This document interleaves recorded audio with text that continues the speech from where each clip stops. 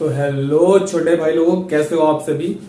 इससे पिछली वीडियो में हमने 3.5 के क्वेश्चंस को कंप्लीट किया था, बट एक क्वेश्चन रह गया था जो कि हमारा फोर्थ क्वेश्चन था। ठीक है, फोर्थ क्वेश्चन के टोटल 5 पार्ट्स थे जो मैंने कहा था कि किसी वजह से हम इस वीडियो में कवर नहीं कर पा रहे, बट अगली वीडियो में कवर कर लेंगे। ठीक है, तो उसी की कंप्लीट कराने के लिए, वही क्वेश्चन कंप्लीट कराने के लिए मैं इस वीडियो को लेके आया हूं, जिससे कि हम क्वेश्चन को आसानी से समझ सकें और कैसे करेंगे वो भी समझ सकें। ठीक है, बोर्ड पे तुम्हें क्वेश्चन दिख रहा होगा, मैं यहाँ पर फिर भी रीड करके बताता हूँ हर बार की तरह, तो मैं अभी भी रीड करूंगा। क्वेश्चन है, from the pair of linear equations in the following problems and find their solutions if they exist by any algebraic method. उसका कहने का मतलब है कि ये क्या है, पेयर ऑफ लीनियर इक्वेशंस हैं, सारे के सारे बनेंगे pair of linear equation, but हमें करना क्या है कि हमें इनका सॉल्यूशन निकालना है। अगर ये एग्जिस्ट करते हैं तो, अगर इनका सॉल्यूशन एग्जिस्ट करता है तो हमें इनका सॉल्यूशन निकालना है, और सॉल्यूशन निकालना है किससे? By algebraical method. कहने का मतलब है कि हम तीनों मेथड में से किसी भी एक मेथड से निकाल सकते हैं। इसमें उसने कुछ नहीं कहा कि सब्स्टिट्यूशन से करो, एलिमिनेशन से करो या क्रॉस मल्टीप्लीकेशन से करो। समझ आ रही है बात? तो जरूरी नहीं है हमें किसी एक ही मेथड से करना है, तुम्हें जो मेथड अच्छा लगता है तुम उस मेथड से कर सकते हो। समझ आ रही है बात? तो मैं क्वेश्चन को यहाँ पे लिखता हूं, फिर सॉल्व करते हैं। ठीक है, क्वेश्चन रीड कर रहा हूं मैं। A part of monthly hostel charges is fixed and the remaining depends on the number of days one has taken food in the mess. कहने का मतलब है कि भाई जो हॉस्टल है, हॉस्टल का मंथली जो चार्ज आता है उसमें क्या है, वो फिक्स्ड है। ठीक है, मंथली जो भी चार्ज जाता है हमें नहीं पता, वो फिक्स्ड है। ठीक है, वो अभी निकालेंगे। And the remaining depends the number of days one has taken food in the mess. कहने का मतलब है कि जो बाकी दिन है उस महीने में, जो बाकी दिन है उन बाकी दिनों में वो रुपीस तब ऐड करेंगे जब तुम वहां की मेस से, होती है ना, क्योंकि कोई भी हॉस्टल होता है तो उसमें मेस होती है। मेस मतलब होता है किचन वगैरह होता है जहां पे खाना वगैरह बनता है। ठीक है, तो उस मेस से अगर तुम फूड लेके आओगे पर डे तो वो रुपीस ऐड होते रहेंगे उसमें। ठीक है, फिक्स चार्ज तो है ही है हॉस्टल का, साथ में अगर तुम फूड लेके आओगे तो उसका क्या है, वो भी ऐड होता रहेगा। समझ आ रही है बात? क्लियर है? अब आगे क्या कहा उसने, when a student A takes food for 20 days she has to pay 1000 and hostel charges. कहने का मतलब है एक स्टूडेंट है जिसने क्या किया, 20 डेज तक वहां से मेस से फूड लेता रहा और उसको कितने रुपीस पे करने पड़े? 1000 रुपीस पे करने पड़े। उसी तरीके से एक स्टूडेंट बी है जिसने क्या किया, 26 डेज तक क्या किया, फूड लिया। कितने डेज तक? 26 डेज तक। और उसे कितने रुपीस पे करने पड़े? उसे करने पड़े 1180 रुपीस हॉस्टल चार्ज देना पड़ा। Find the fix charge and cost of food per day. मतलब कि हमें क्या करना है, हमें पहले तो इसका क्या करना है, सॉल्यूशन निकालना है। ठीक है भाई, कंडीशन कैसी बनेगी? ठीक है, देखो सबसे पहले हम क्या करेंगे, सबसे पहले हम ये कहेंगे कि जो मंथली चार्ज है उसको हम एक्स सपोज कर लेते हैं, और फूड पर डे जो हमें मेस से लेना है उसको हम वाई सपोज कर लेते हैं। ठीक है, let the monthly hostel charge, monthly hostel charge will be x. ठीक है भाई, हम उसको एक्स सपोज कर लेते हैं, कोई दिक्कत नहीं है। उसके बाद then the food giving from mess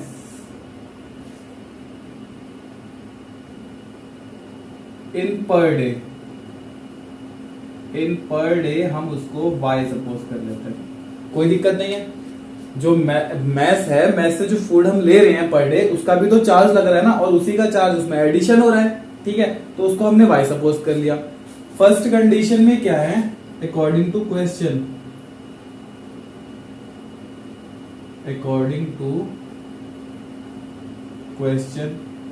first condition उसने क्या दी है, फर्स्ट कंडीशन में उसने ये कहा है कि भाई फिक्स चार्ज तो है ही है हॉस्टल का, साथ में उसने क्या किया, 20 डेज तक वहां से मेस से फूड लिया और उसे कितने रुपीस पे करने पड़े? 1000 रुपीस पे करने पड़े। एक बार कंफर्म कर लेते हैं। ठीक है, इसने 1000 रुपीज पे करने पड़े और उसने ए ने क्या किया 20 डेज तक फूड लिया और बी ने क्या किया, बी ने 26 डेज तक लिया और 1180 करने पड़े। ठीक है, तो यहां से हॉस्टल चार्ज तो फिक्स्ड है तो वो तो एक्स आएगा ही आएगा, साथ में प्लस वाई भी आएगा, लेकिन 20 वाई आएगा। क्यों आएगा 20 वाई? क्योंकि हमने पर डे को वाई सपोज किया है और हमने निकालना कितने का है 20 डेज का, तो 20 आ जाएगा यहाँ पे। और टोटल रुपीज कितने पे करने पड़े हैं भाई 1000 रुपीज। ये इक्वेशन 1 बन गई। उसी कंडीशन से ये क्या है बाय स्टूडेंट ए, बाय स्टूडेंट ए, स्टूडेंट ए को ये करना पड़ा। अब स्टूडेंट बी ने क्या किया भाई, उसका भी फिक्स चार्ज है तो वो फिक्स चार्ज तो फिक्स चार्ज ही रहेगा हॉस्टल का। उसने कितने डेज के लिए लिया 26 डेज के लिए और उसको 1180 रुपीज पे करने पड़े बाय स्टूडेंट बी। ठीक है भाई, ये स्टूडेंट बी को करना पड़ा। अब यहां से इस क्वेश्चन को देखो, तुम चाहे जिस तरीके से करना चाहो उस तरीके से कर सकते हो। 3 मेथड है, 3 मेथड में से कोई भी एक मेथड का यूज कर सकते हो। सबसे बढ़िया मुझे मेथड जो लगता है वो मुझे एलिमिनेशन मेथड लगता है। सब्स्टिट्यूशन में भी थोड़ी सी क्या है कि सब्स्टिट्यूट करके रखना पड़ता है, उसमें प्रॉब्लम होती है। सबसे बढ़िया मेथड है एलिमिनेशन मेथड। ठीक है, तो हम क्या करेंगे, इसको माइनस करेंगे, इसको माइनस करेंगे, इसको माइनस करेंगे। जब सॉल्व करेंगे तो ये एक्स से एक्स तो कैंसिल हो गया, minus plus minus sorry minus plus minus, तो यहां से 26 में 20 जाएगा तो माइनस का 6y बचेगा, तो यहाँ पे हमने माइनस का 6y किया। माइनस प्लस माइनस मतलब कि यहां बचेगा माइनस का 180। भाई 1000 में 1180 जाएगा तो 180 बचेगा। माइनस से minus cancel, y is equal to 180 upon 6 और ये y कितना आ जाएगा 30। ठीक है भाई, y 30 आ गया। इसको पुट कर दो इक्वेशन 1 या इक्वेशन 2 किसी में भी। पुट इन इक्वेशन फर्स्ट, हम इक्वेशन फर्स्ट में पुट करेंगे यहां से, तो इक्वेशन फर्स्ट ये है तो ये हो जाएगा x प्लस 20 y है 30 और ये है टोटल 1000 रुपीज। तो ये हो गया x plus 600 is equals to 1000 और x is equals to 1000 minus 600 मतलब कि x इज इक्वल्स टू 400। ठीक है भाई, अब जो फिक्स चार्ज है हॉस्टल चार्ज,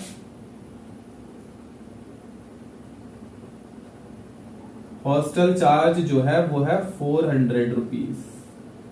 ठीक है भाई, और उसके बाद फूड इन पर डे वो कितना है 30 रुपीज। समझ आई बात? अब इसको कंप्लीट करने के लिए अगर तुम्हें कंफर्म करना है तो हर बार की तरह वही चीज जो मैं बताता हूं, इस इक्वेशन में या इस इक्वेशन में, इन दोनों में से किसी भी एक इक्वेशन में हम x और y की वैल्यू को रखेंगे तो राइट हैंड साइड आनी चाहिए। देखो x हमारा कितना है 400, ठीक है, 20 में मल्टीप्लाई करेंगे 30 के तो 600 होगा, 600 400 हो जाएगा 1000। तो यहाँ पे जो हॉस्टल चार्ज वो ले रहे हैं वो कितना ले रहे हैं 400 रुपीज ले रहे हैं। और अगर तुम पर डे जाकर वहां से कैंटीन से, सॉरी कैंटीन कह रहा हूँ मैस से, है ना, कैंटीन तो हमारी कॉलेजेस में होती है, तो मैस से जाके अगर हम फूड लेंगे पर डे में तो वो कितने रुपीज का मिलेगा हमें 30 रुपीज का। क्लियर है? कोई दिक्कत नहीं है इस क्वेश्चन में। चलो भाई नेक्स्ट क्वेश्चन को रीड करते हैं। ठीक है, बोर्ड पे तुम्हें दिख ही रहा होगा, मैं फिर भी रीड करता हूं। A fraction becomes 1/3 when 1 is subtracted from the numerator and it becomes 1/4 when 8 is added to its denominator. Find the fraction। बहुत इजी क्वेश्चन है, ठीक है, कुछ भी नहीं करना है, बस हमें फ्रैक्शन लगाना है और फ्रैक्शन के बाद फिर उस कंडीशन को सॉल्व कर देना है। बहुत इजी है, ऐसा क्वेश्चन हम पहले भी कर चुके हैं, है ना, 3.4 में शायद 3.3 में से एक्सरसाइज में किए थे। हम सपोज कर लेंगे let the fraction is x upon y। ठीक है, मैं यहाँ पे सीधे सॉल्यूशन कर रहा हूँ, क्वेश्चन नहीं लिख रहा हूँ। ठीक है, अब इसके बाद फर्स्ट कंडीशन क्या दी है उसने? फर्स्ट कंडीशन ये दी है कि अगर हम उस फ्रैक्शन में, और फ्रैक्शन बिकम्स 1/3 मतलब कि एक फ्रैक्शन है जो 1/3 बन जाता है अगर हम उसमें 1 सब्ट्रैक्ट कर दें उसके न्यूमरेटर में, और वो 1/4 कब बनता है? जब हम 8 ऐड करते हैं डिनोमिनेटर में। ठीक है भाई, 8 ऐड करते हैं डिनोमिनेटर में। देखो 1 सब्ट्रैक्ट करेंगे न्यूमरेटर में तो x minus 1/y is equals to बनेगा 1/3। इसको जब सॉल्व करेंगे तो क्या हो जाएगा 3x minus 3 is equals to y, तो 3x minus y is equals to 3। Equation first बन गई यहां से, कोई दिक्कत नहीं है। ये क्या है, अकॉर्डिंग टू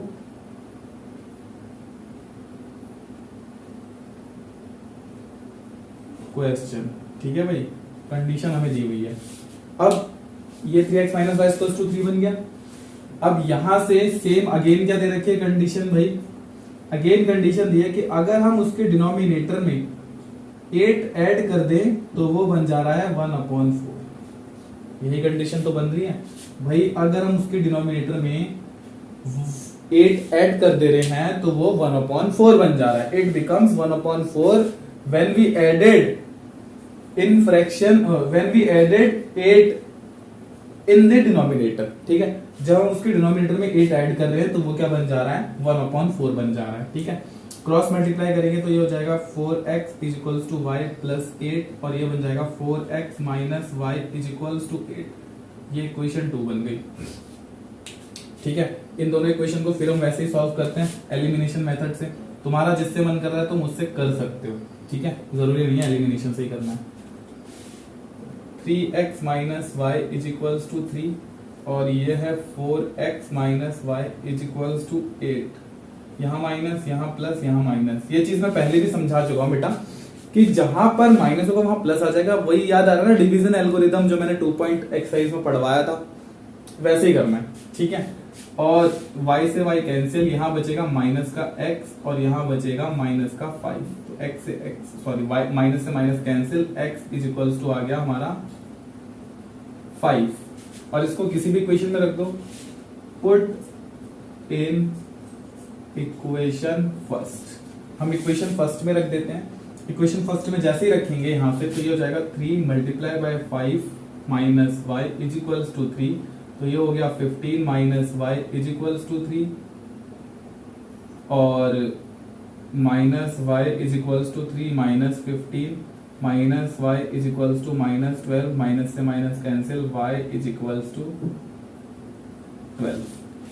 ठीक है भाई, तो इसमें कुछ दिक्कत तो होनी नहीं चाहिए भाई, जाहिर सी बात है। हमने x और y की वैल्यू निकालनी थी जो आसानी से हमने निकाल ली। अब हमारा फ्रैक्शन क्या बन जाएगा, बहुत इजी तरीके से यहाँ पर जो हमारा फ्रैक्शन बनेगा वो फ्रैक्शन आएगा हमारा x अपॉन वाई, और x अपॉन वाई कितना आ जाएगा, x अपॉन वाई आ जाएगा हमारा 5/12। ठीक है भाई, चेक कर लो। x अपॉन वाई की कंडीशन ये बन रही है तो x की वैल्यू अगर मैं यहां पर रखूंगा 5 माइनस 4 बन जाएगा, ठीक है। और अपॉन में 12 है तो 1/3 आएगा।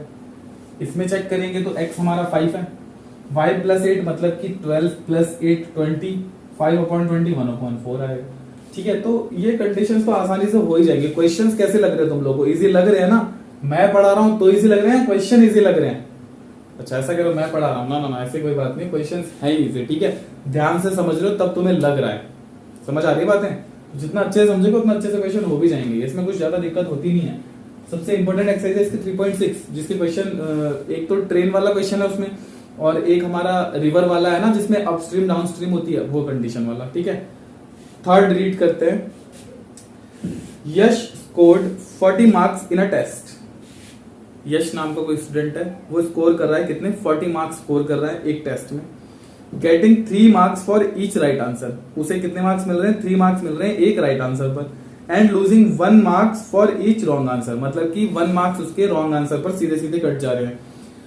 Had 4 marks been awarded for each correct answer, मतलब कि उसे 4 मार्क्स मिल रहे हैं एक करेक्ट आंसर पर अगर, और 2 मार्क्स मिल रहे हैं उसके गलत आंसर पर, माइनस हो जा रहे हैं 2 marks.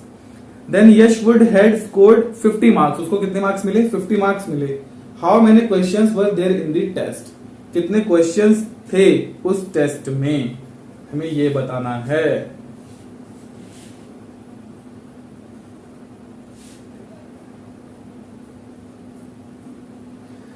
Yash scored 40 marks in a test. उसने क्या किया, 40 मार्क्स स्कोर टेस्ट किए, उसको 3 मार्क्स मिले राइट आंसर पर और 1 मार्क्स उसका लूजिंग हो गया, मतलब कि कट गया रॉन्ग आंसर पर।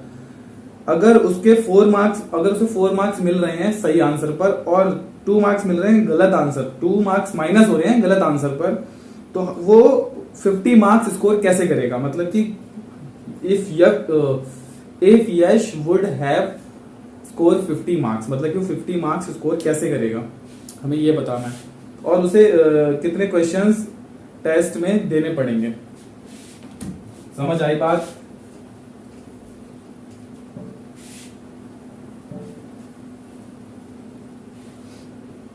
देखो, सबसे पहले हम ये सपोज कर लेंगे कि यश अगर जो स्कोर राइट आंसर पर स्कोर कर रहा है वो x सपोज कर लेते हैं, और रॉन्ग आंसर पर जो स्कोर कर रहा है उसे y सपोज कर लेते हैं, ठीक है। तो Yash score in right answer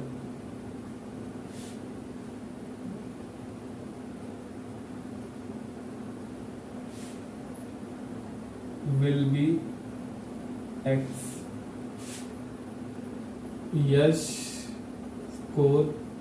Yash loses marks for wrong answer.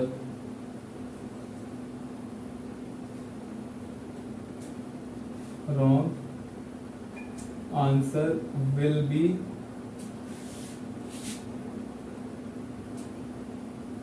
y. ठीक है, रॉन्ग आंसर पर वो क्या कर रहा है भाई, y सपोज कर लिया। अकॉर्डिंग टू क्वेश्चन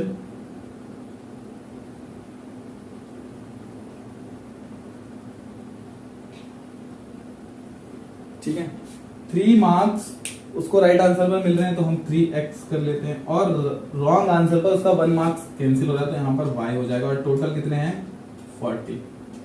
ये तो फर्स्ट इक्वेशन बन गई, 40 मार्क्स ही तो है। अब मुझे उसे 50 मार्क्स लाने हैं, बट यहाँ पर क्या है 4 मार्क्स उसको मिल रहे हैं राइट आंसर पर और 2 मार्क्स उसके कैंसिल हो जा रहे हैं रॉन्ग आंसर पर, तो टोटल 50 हो गया। दोनों इक्वेशन समझ में आई? फर्स्ट कंडीशन में क्या है 3 मार्क्स उसे राइट आंसर पर मिल रहे हैं, रॉन्ग आंसर पर उसका 1 मार्क्स कट जा रहा है, तो टोटल 40 मार्क्स हैं। उसके बाद 4 मार्क्स उसको राइट आंसर पर मिल रहे हैं और 2 मार्क्स उसके कैंसिल हो जा रहे हैं, और टोटल 50 मार्क्स चाहिए। तो यहां से देखो हम क्या कर सकते हैं, इस इक्वेशन में हम कर देते हैं 2 से मल्टीप्लाई, और इस इक्वेशन में कर देते हैं 1 से मल्टीप्लाई। तो हमारी इक्वेशन क्या बनेगी, ये बनेगा 6x minus 2y is equals to 80, और ये same 4x minus 2y is equals to 50। इसमें तो कोई चेंज आएगा नहीं। फिर ये माइनस, ये प्लस, ये माइनस, ये दोनों तो कैंसिल हो गए, बचा यहाँ पर 2x और यहाँ पर बचा 30। तो x is equals to 30 upon 2, मतलब कि x इज इक्वल्स टू 15। इसको पुट कर दो इक्वेशन फर्स्ट में, पुट इन इक्वेशन फर्स्ट। हम इक्वेशन फर्स्ट में पुट कर देंगे यहां से, तो हमारी इक्वेशन फर्स्ट क्या है 3 into 15 minus y is equals to 40, तो ये हो गया 45 minus y is equals to 40, minus y is equals to 40 minus 45, तो minus y is equals to minus 5, से minus cancel, y is equals to 5। अब इससे हमें क्या पता चल गया भाई, कितने मार्क्स वो लूज कर रहा है, 5 मार्क्स लूज कर रहा है, ठीक है। और टोटल उसने कितने क्वेश्चंस अटेम्प्ट किए हैं, कितने क्वेश्चंस अटेम्प्ट किए हैं टोटल, देखो टोटल यहाँ पे x और y 15 आ गया यहाँ पर, तो रॉन्ग आंसर पर उसके कितने मार्क्स कट रहे हैं, रॉन्ग आंसर पर उसके 5 मार्क्स कट रहे हैं, और राइट आंसर पर उसके 15 मार्क्स कट रहे हैं। समझ आ रही है बात? सॉरी, ये रॉन्ग आंसर की कंडीशन है ना, तो राइट आंसर पर उसे कितने मार्क्स मिले हैं टोटल 15, और रॉन्ग आंसर पर उसे कितने मार्क्स जा रहे हैं, वो जा रहे हैं 5। एक सेकंड रुकना, हाँ। उसने टोटल कितने क्वेश्चन अटेम्प्ट किए हैं, 20 अटेम्प्ट किए हैं, 20 में से उसके 5 रॉन्ग है और 15 राइट है, ठीक है। 15 राइट है और 5 रॉन्ग है, 15 राइट है तो यहाँ पर 45, हाँ। टोटल उसने कितने क्वेश्चन अटेम्प्ट किए हैं, देखो 15 ये है, 5 ये है, टोटल उसने 20 क्वेश्चन अटेम्प्ट किए, ठीक है। उसने टोटल कितने क्वेश्चन अटेम्प्ट किए, 20 क्वेश्चन अटेम्प्ट किए भाई, ठीक है। अब 20 क्वेश्चन अटेम्प्ट करने के बाद उसमें क्या है, 15 उसके राइट है, 5 उसके रॉन्ग है, 15 उसके राइट है, 5 उसके रॉन्ग है, तो भाई 15 राइट है तो यहां से क्या हो जाएगा 15 मल्टीप्लाई बाय 3, और ये 5 रॉन्ग है तो यह आ जाएगा 5 मल्टीप्लाई बाय 2, सॉरी 1 था ना, 1 मार्क्स कैंसिल हो रहा था, तो यहां से हो जाएगा 45 माइनस 5, मतलब कि टोटल 40 मार्क्स आए हैं उसके। ये कंडीशन सेटिस्फाई हो गई। अगर यहां पर हम ये चीज देखें तो यहां पर भी सेटिस्फाई हो जाएगी, चेक कर लो। 15 उसके ठीक है, तो 15 हो जा 60 और 60 में यहाँ पर 5 टू जा 10, हाँ 50 आएगा, ठीक है, कंडीशन बिल्कुल ठीक है।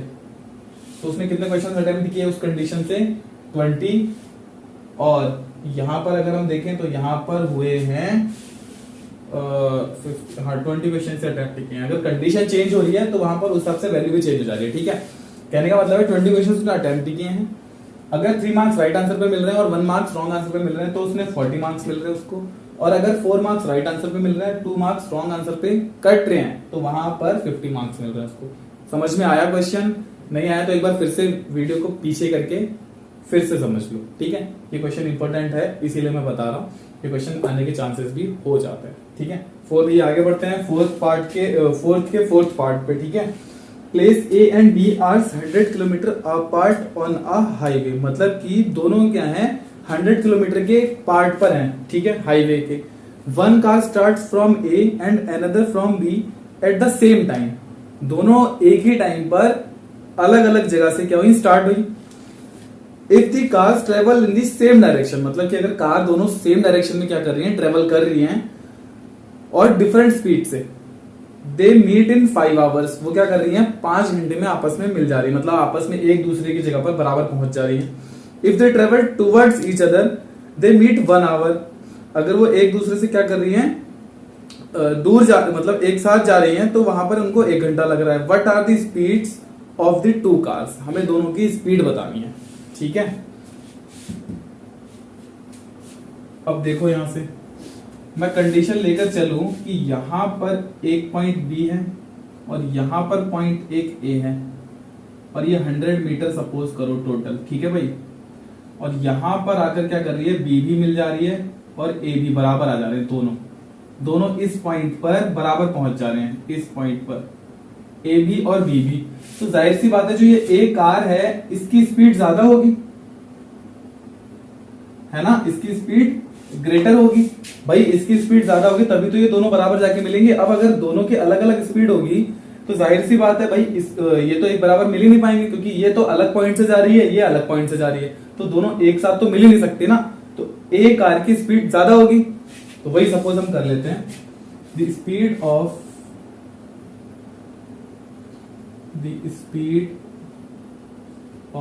Car A be x kilometre per hour, ठीक है। द स्पीड ऑफ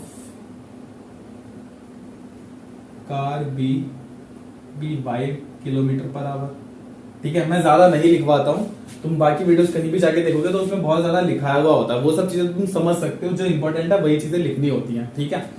उसके बाद यहां पर x kilometre per hour, y kilometre per hour हो गया। हमारा फॉर्मूला क्या होता है, speed is equals to distance upon time, ये हमारा फॉर्मूला होता है। स्पीड हमारी कितनी है, x सपोज कर रखी है हमने, निकालना, डिस्टेंस ले लेते हैं, टाइम दोनों का सेम है, ठीक है, टाइम दोनों का सेम है, एट सेम टाइम।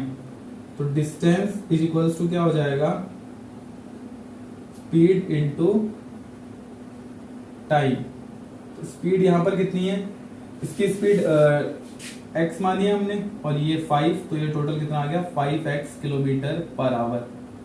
उसी तरीके से उसके लिए करेंगे तो 5y किलोमीटर पर आवर। और टोटल अगर हम इन दोनों का निकालेंगे तो यहां से क्या हो जाएगा, इसको कितने डिस्टेंस कवर करनी पड़ेगी भाई, देखो वो तो टोटल हमारी कितनी करेगी, सेकंड बी वाली हमारा कितना करेगी, ओनली 5y, और फर्स्ट वाली कितना करेगी, 5x प्लस 100। समझ आ रही है बात, सॉरी यहां पर कंडीशन गलत हो गई, 5x is equals to 5y plus 100, मतलब कि फर्स्ट वाली कार को इससे ज्यादा स्पीड लेनी पड़ेगी तभी ये यहां तक पहुंच पाएंगी, दोनों एक बराबर पहुंच पाएंगी। समझ आ रही है बात, फर्स्ट वाली कार को सेकंड वाली कार से 100 किलोमीटर स्पीड, मतलब थोड़ी सी ज्यादा करनी पड़ेगी 100 किलोमीटर कवर अप करने के लिए। तो यहां से क्या हो जाएगा, 5x minus 5y is equals to 100, equation first. और सेकंड कंडीशन में यहां से क्या आ जाएगा, वो 1 घंटा ले रहा है तो यहां से क्या हो जाएगा, 5x नहीं आएगा, 1x plus 1y is equal to 100। ये इक्वेशन 2 बन गई।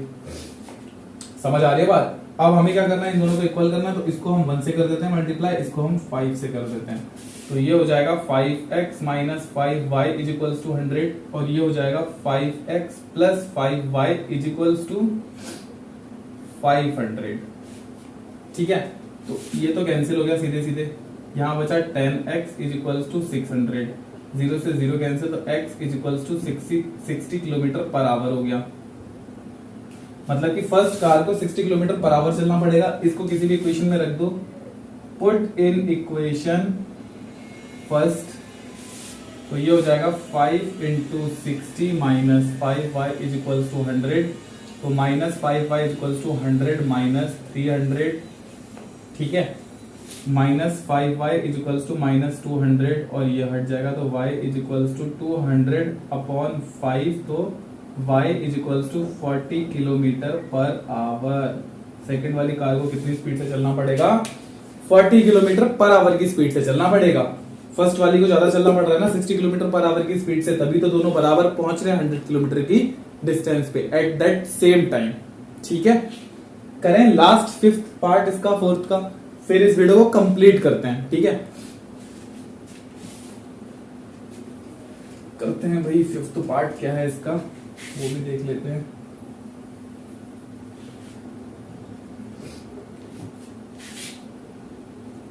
फिफ्थ पार्ट क्वेश्चन रीड करता हूं मैं। क्वेश्चन में कहा है the area of rectangle get reduced by 9 square units, मतलब कि जो एरिया होता है रेक्टेंगल का वो 9 स्क्वायर यूनिट रिड्यूस हो गया, कम हो गया। If its length is reduced by 5 unit, उसकी जो लेंथ है वो भी रिड्यूस्ड हो गई 5 unit, and breadth is increased by 3 unit, मतलब कि उसका जो ब्रेथ है, ब्रेथ को हमने इंक्रीज बढ़ा दिया, कितना unit? 3 unit. If we increase the length by 3 units, अगर हम उसकी लेंथ को इंक्रीज कर रहे हैं 3 यूनिट और उसकी ब्रेथ को भी इंक्रीज कर रहे हैं 2 यूनिट, तो उसका एरिया भी इंक्रीज हो जा रहा है 67 स्क्वायर यूनिट। हमें डायमेंशंस बतानी है रेक्टेंगल की। ठीक है, तो सबसे पहले हम यहां पर सपोज क्या करेंगे, let the length of the rectangle be x unit. ठीक है भाई, the breadth of the rectangle be y unit, कोई दिक्कत नहीं है। Then the area of the rectangle क्या हो जाएगा? Area of the rectangle, area क्या हो जाएगा भाई? X y unit square unit, yes y x y square unit. ठीक है भाई, एरिया ये हो जाएगा। According to question first condition क्या है? अकॉर्डिंग टू क्वेश्चन कंडीशन क्या है भाई? एरिया क्या होता है? Length into breadth. अब जो लेंथ है वो हमने x सपोज की है, तो उसकी लेंथ में अगर हम रिड्यूस कर रहे हैं 5 यूनिट और ब्रेथ में इंक्रीज कर रहे हैं 3 यूनिट, तो हमने क्या किया? लेंथ में 3 यूनिट डिक्रीज कर दिया और ब्रेथ में 5 यूनिट इंक्रीज कर दिया, तो टोटल उसके जो एरिया है उसमें 9 स्क्वायर यूनिट डिक्रीज हो जा रहा है। देखो यही कंडीशन है, the area of rectangle get reduced 9 square unit if its length is reduced by 5, ओहो, length is reduced by 5 unit and breadth is increased by 3 unit. ठीक है, तो यहाँ पर थोड़ा चेंज है, यहाँ पर 5 है और यहाँ पर 3 है। इसको सॉल्व कर लेते हैं पहले। जब इसको सॉल्व करेंगे तो ये हो जाएगा एक्स वाई, पहले x इससे करेगा फिर ये इससे करेगा, तो प्लस 3x माइनस 5y और minus 15 is equal to x y minus 9। ये दोनों तो कैंसिल हो गए, यहाँ बचा 3x minus 5y is equal to minus 9 plus 15, तो 3x minus 5y is equal to 6। Equation first बन गई। ठीक है, अकॉर्डिंग टू क्वेश्चन सेम आगे क्या कह रखा है? अकॉर्डिंग टू क्वेश्चन क्या कंडीशन है? आगे सेम वही चीज है, आगे उसने कहा है अगर हम इंक्रीज करते हैं इसकी 3 यूनिट लेंथ को और ब्रेथ को भी इंक्रीज करते हैं 2 यूनिट, तो इसका जो एरिया है उसमें 67 स्क्वायर यूनिट इंक्रीज हो जा रहा है। ठीक है, फिर भूल गया मैं, 3 यूनिट और 2 यूनिट। ठीक है, तो लेंथ में हमने 3 यूनिट ऐड किया और ब्रेथ में भी हमने 2 यूनिट ऐड किया, तो इसका एरिया 67 स्क्वायर यूनिट इंक्रीज हो जा रहा है। ये कंडीशन हो रही है। इसको भी सॉल्व करते हैं, तो ये हो जाएगा xy plus 2x plus 3y plus 3 2 6 is equals to xy plus 67। तो ये तो हट गया यहां से, 2x प्लस 3y प्लस रहने देते हैं, ये हो जाएगा 67 माइनस 6, तो 2x plus 3y is equals to 61। ये इक्वेशन 2 बन गई। अब यहां से इक्वेशन 1 में हम कर देते हैं 2 से और इक्वेशन 2 में कर देते हैं हम 3 से। तो जब इन दोनों करेंगे हो जाएगा 6x माइनस 10y 12, ये हो जाएगा 6x प्लस 9y 183। ठीक है, माइनस माइनस माइनस ये तो कैंसिल हो गया, ये माइनस 19y हो गया प्लस माइनस माइनस 83, मतलब कि ये हो गया 3 में 2 हो गया 1 और 18 ये हो गया 171। ठीक है, अब माइनस से माइनस कैंसिल, तो y is equals to 171 upon 19, तो ये हो गया y इज इक्वल्स टू 9। इसको पुट कर दो in equation first. Equation first में रखेंगे तो इक्वेशन फर्स्ट में ये हो जाएगा 3x minus 5 into 9 is equals to 6, तो 3x is equals to 6 minus 45 और 3x इज इक्वल्स टू, एक मिनट तो गड़बड़ हो जाएगी भाई, y इज इक्वल्स टू 9 आया है ना और 3x माइनस 5y है। अच्छा, ये प्लस होगा यहाँ करके। ठीक है, और ये हो जाएगा 51, तो यहां से x इज इक्वल्स टू क्या आ जाएगा, ये जब इससे कटेगा तो 3 गुण 3 3 सत्ते 21, x इज इक्वल्स टू आ गया 17, x इज इक्वल्स टू 17 और y इज इक्वल्स टू 9, मतलब कि इसकी जो लेंथ है वो है हमारी 17 और जो ब्रेथ है वो 15। ठीक है भाई, लेंथ 17 है तो एरिया यहां से क्या आ जाएगा, एरिया आ जाएगा 17 इंटू 9 153 स्क्वायर यूनिट। ठीक है भाई, ये आएगा आंसर। तो ये हमारा 3.5 एक्सरसाइज पूरी कंप्लीट हो जाती है। बाकी इसमें कहीं पर भी कोई भी जरा सी भी छोटी सी भी दिक्कत हो तो मैं हूं बताने के लिए। ठीक है, मुझे कमेंट कर सकते हो। ठीक है, वीडियो को लाइक शेयर और सब्सक्राइब करना बिल्कुल मत भूलें, जिससे कि आने वाली वीडियो को तुम अच्छे से समझ सको। मैं ये नहीं कह रहा हूं और प्लेटफॉर्म नहीं है समझने के लिए, हैं बिल्कुल है, लेकिन अगर हम एक जगह पर किसी भी चीज को समझते हैं ना तो हमें उसी चीज की आदत हो जाती है। समझ आ रही है बात, तो हम वहां पर अच्छे से समझ पाते हैं, को रिलेट कर पाते हैं उस टीचर को, इसीलिए मैं कह रहा हूं। बाकी मिलते हैं अगली वीडियो में 3.6 के साथ।